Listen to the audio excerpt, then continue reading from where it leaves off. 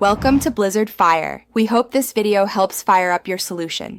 In this video, I will explain how to connect Webflow to Godaddy. We'll cover the essential steps to get your custom domain live. First, we'll prepare your Webflow project for publishing. Then, we'll dive into configuring your domain name system records within Godaddy. Finally, I'll guide you through verifying that your website is successfully connected and accessible to everyone online. This process typically takes about 24 to 48 hours for full propagation.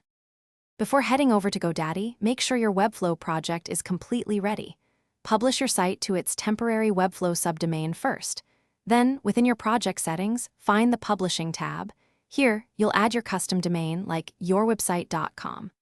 Webflow will then generate specific DNS records, including 2 A records and 1 CNAME record, which you'll need to copy for the next step. Keep these values handy. Now, let's configure your Godaddy domain. Log into your Godaddy account and navigate to the DNS management section for your specific domain.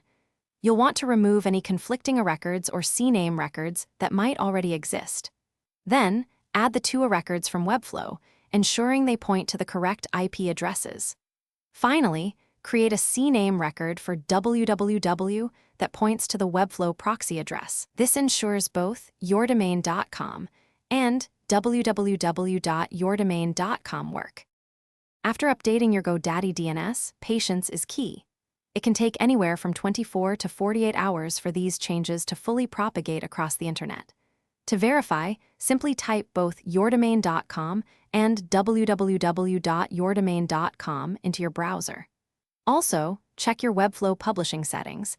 It should eventually show a connected status. If your site isn't live after 2 full days, reach out to Webflow or Godaddy support for assistance. Thanks for watching. If you found this helpful, don't forget to like and subscribe.